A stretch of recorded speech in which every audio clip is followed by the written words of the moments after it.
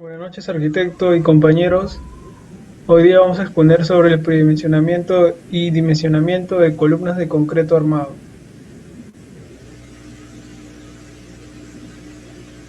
Como definición básica, todos sabemos que la columna es un elemento importante de todo sistema estructural y es fundamental poder llegar al predimensionamiento correcto para luego corroborarlo con las fórmulas adecuadas.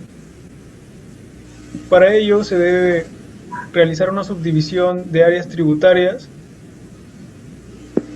ya que todo es un conjunto y es necesario que las columnas trabajen con cargas repartidas y equilibradas.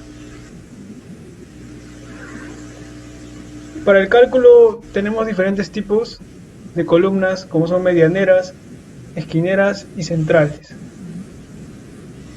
En cuanto al comportamiento, tenemos que en una columna se puede llegar a una condición inestable antes de alcanzar la deformación máxima permitida o el esfuerzo máximo. Tenemos que en la columna el esfuerzo de inestabilidad se refiere al pandeo lateral, también a la carga crítica, el cual es la deformación de la columna, en el cual varían según ciertas magnitudes de carga. Para valores de P bajo se corta en la columna.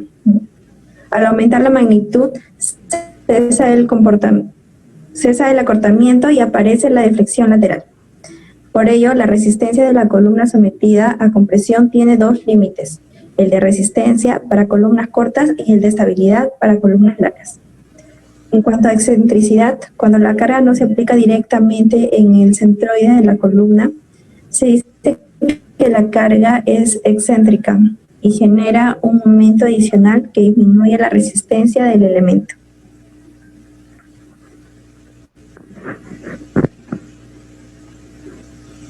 En cuanto a los criterios, se tiene el primer criterio donde se aplica la fórmula siguiente, en cual la letra B significa la otra dimensión de la sección de la columna. Este multiplicado por la dimensión de la sección de la dirección del análisis sísmico de la columna, que sería igual a P.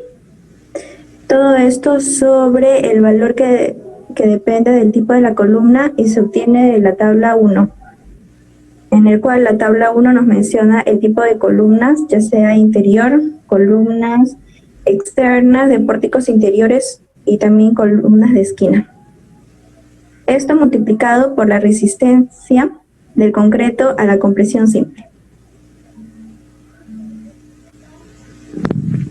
En cuanto al segundo criterio, este está usado según el área tributaria, el cual se aplica la siguiente fórmula, en donde la sección de la columna es igual al coeficiente K para determinar el área de las columnas cuadradas. Esto multiplicado por el área tributaria de la columna. En cuanto al coeficiente K, se tiene que tener en cuenta el tipo de columna, esto dependiendo del piso, la luz y el área tributaria por metros cuadrados de cada piso.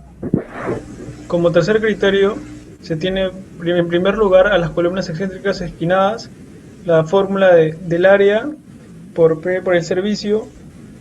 El P servicio es una fórmula muy conocida que es el PAN, donde P es el peso fuerza según la categoría, el A es el área tributaria y N sería el número de pisos.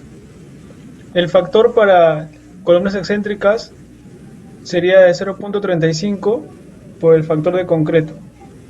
En el caso de columnas centrales, el factor que varía sería a 0.45, el cual se multiplica igualmente por el factor de concreto, debido a que en la mayoría de los casos las columnas centrales soportan una cantidad mayor de cargas.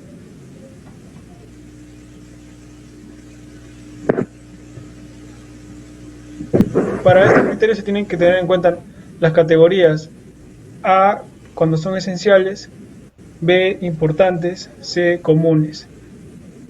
Dentro de estas categorías se encuentran diferentes tipos de edificaciones, como los hospitales, que se encontrarían en la categoría A. Dimensionamiento de columnas sometidas a cargas axiales. Para entender mejor esto, se juntó un problema, el cual nos pide dimensionar las columnas señaladas en el gráfico, que son en este caso la columna 1 y la columna 2, una interior y una excéntrica. Bueno, para resolver esto, el primer paso es metrar las cargas de la estructura. Bueno, previamente aquí ya se calculó el peso aligerado, que es 350 kilogramos por metro cuadrado, la tabiquería de 120, el acabado de 100 kilogramos por metro cuadrado, el peso de vigas en 100 kilogramos por metro cuadrado, el peso de columnas sería 70 kilogramos por metro cuadrado y la sobrecarga para esta estructura se puede considerar de 250. Entonces, bueno, se aplica aquí un pequeño ejercicio que sería que el peje es igual al peso muerto más el peso de las cargas vivas, sería 730 más 250, me daría 980 kilogramos por metro cuadrado. Y bueno, para calcular lo que es la columna 2, que vendría a ser la exterior, toma el área tributaria, bueno, se resuelve de esta manera. Y bueno, para hallar el valor de P, que sería igual a 980 por 27.4, que me daría este resultado.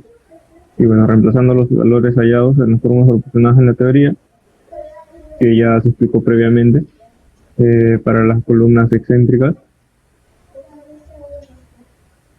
bueno, me daría que la columna 2 vendría a ser de 60 por 60.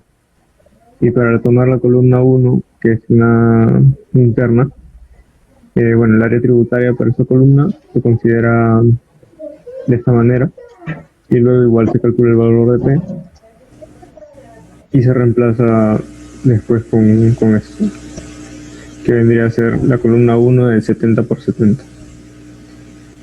¿Cómo se llegó a este dimensionamiento? En general, bueno, un buen dimensionamiento está basado en un correcto cálculo de predimensionamiento, que es el paso previo para construir una columna. Este predimensionamiento tiene que ser lo más cercano posible al resultado que queramos cubrir, para que no se tenga una falla a largo tiempo, ¿no? Bueno, la fórmula que más se utiliza para predimensionar es el PAN, que también ya se observó diapositiva más arriba. Este cálculo debe cumplir con las condiciones en las que se encuentra la edificación, debido a que algún movimiento de exposición a cargas debe permanecer estable hasta donde se permita naturalmente. Caso contrario, tendríamos un mal predimensionamiento y pondríamos en riesgo a los trabajadores en caso de estar en una obra o en algún civil posterior a realizarse.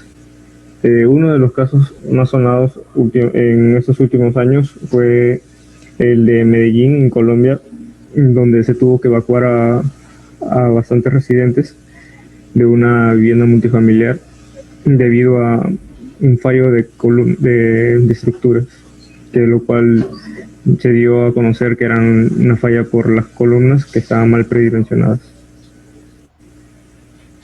Gracias.